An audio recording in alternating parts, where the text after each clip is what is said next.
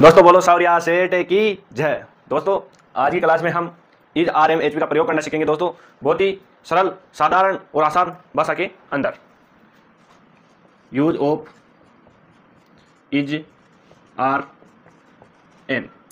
दोस्तों अगर हमें किसी भी एच पी का ये मालूम नहीं रहता है कि इस एच पी का प्रयोग किसके साथ होता है तो हम सेंटेंस गलत कर देते हैं। आज उसी डाउट को हम दूर करने जा रहे हैं। दोस्तों सबसे पहले हम देखते हैं कि इस एच पी का प्रयोग किस टेंस में होता है।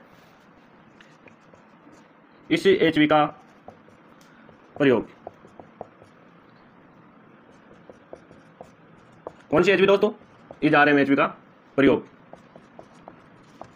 प्रेजेंट टेंस में होता है।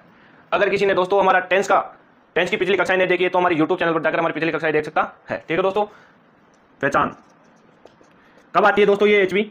जब हिंदी वाक्यों के अंत में है हु आते हैं तब is are am H V का प्रयोग किया जाता है। कब किया जाता है दोस्तों? जब हिंदी वाक्यों के अंत में है शब्द आता है। देखिए दोस्तों एग्जांपल देखिए। राम पुस्तक पढ़ रहा है। अब आप इसमें देख पा रहे होंगे कि पीछे क्या आया है, सेंटेंस के अंत में क्या है आया है। तो यहाँ is are am H P का प्रयोग होगा। कौन सी एच पी का प्रयोग होगा, किस रूम में होगा, किस तरीके से होगा, वो इसका अध्ययन अभी करेंगे बहुत ही शानदार तरीके से। आप इसका स्क्रीनशॉट लीजिए। ठीक दोस्तों, जो इज होता है इसका प्रयोग देखेंगे हम। सबसे पहले इज का प्रयोग, इसका प्रयोग सिंगुलर सब्जेक्ट के साथ व ही सी इट के साथ होता है। किसके साथ होता है? इसका प्रयोग सिंगुलर सब्जेक्ट के साथ व ही सी इट के साथ होता है। ठीक है दोस्तों। आर का प्रयोग, इसका प्रयोग प्लूरल सब्जेक्ट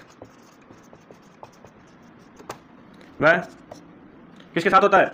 वी और यू और दे के साथ होता है।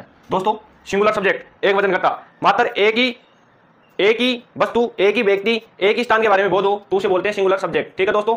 जहां बहुत सारे का बोध होता है उसे बोलते हैं प्लूरल सब्जेक्ट। अगर किसी ने हमारी प्रोनाउन संबंधी क्लास नहीं देखी है तो हमारे यूट्यूब चैनल पर जाकर प्रोनाउंस कि जो मैंने पार्ट ऑफ स्पीच का जो हमने पार्ट डाल रखा है सेकंड, उसमें बहुत ही शानदार और अच्छे तरीके से हमने सिंगुलर सब्जेक्ट और प्लूरल सब्जेक्ट करवा रखा है। बाहर जाकर आप हमारी पिछली कक्षा देख सकते हो। एम का प्रयोग आई के साथ होता है। ठीक है दोस्तों। इज का प्रयोग किसके साथ होता है? सिंगुलर सब्जेक्ट के साथ, एक वचनकर्ता के साथ होता है। ठीक है दोस्तों। ई सी इट के साथ होता है। आर का प्रयोग किसके साथ होता है? प्लूरल सब्जेक्ट के साथ होता है। वी यू दे के साथ होता है। एम का प्रयोग आई के साथ होता है। आप इसका स्क्रीनशॉट ले लीजिए, फिर हम एग्जांपल के थ्रू इसको समझने की कोशिश करेंगे। देखिए दोस्तों एग्जांपल देखिए।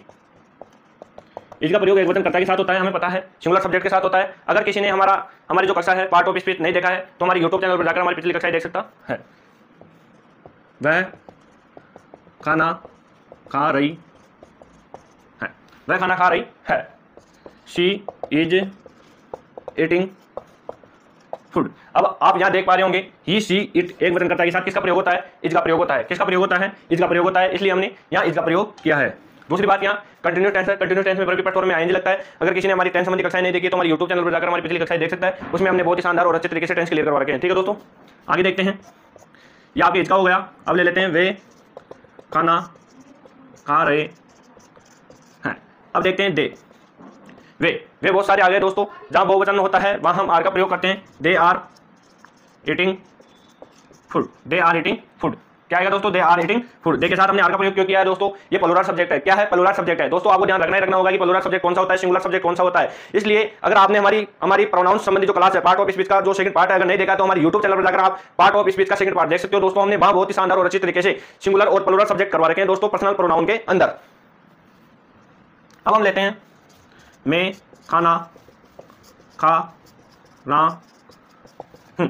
I am eating foot. अब यहाँ आई के साथ क्या आएगा दोस्तों, एम आएगा। क्या आएगा, एम आएगा। आई के साथ एम आएगा, आएगा दोस्तों। ठीक है दोस्तों, ये आपके तीनों उदाहरण क्लियर हो गए हैं। लेकिन मैं आपको बता दूं कि जो फर्स्ट पर्सन होता है, सेकंड पर्सन होता है और थर्ड पर्सन होता है, उसके अंदर हम सबसे पहले आई, माई, मी, ये जो होता है ये सिंगुलर सब्जेक्ट होता है दोस्तों। इसकी विस्तृत चर्चा हमने हमारी जो पिछली कक्षा है उसमें कर रखा है दोस्तों। उसके बाद में वी और अस, ये आपके किस में होता है दोस्तों, ये आपके प्लुरल सब्जेक्ट होता है। उसके बाद में यू और यू, ये सिंगुलर और प्लुरल दोनों में प्रयुक्त होता है। उसके बाद में हम देखते हैं थर्ड पर्सन, प्रथम पुरुष, मध्यम पुरुष और अन्य पुरुष। जो अपने थर्ड पर्सन होता है उसमें he, his, him, she, her, it, its, it, ये सभी होते हैं सिंगुलर सब्जेक्ट। फिर अपने दे, देयर, देम, ये होते हैं अपने प्लुरल सब्जेक्ट। यहाँ आया है दे के साथ किसका प्रयोग किया है, आर का प्रयोग किया है दोस्तों। इसलिए मैं आपको बार बार बोल रहा हूँ कि इंग्लिश ग्रामर सीखने के लिए आपको मेरे साथ जुड़ना होगा, क्योंकि मैं बेसिक तरीके से इंग्लिश आपको क्लियर करवा रहा हूँ दोस्तों। ठीक है, अब एक उदाहरण लेते हैं हम। What is your name, what is, आप इसको मिटा लीजिए, फिर देखिए स्क्रीनशॉट लीजिए आप इसका।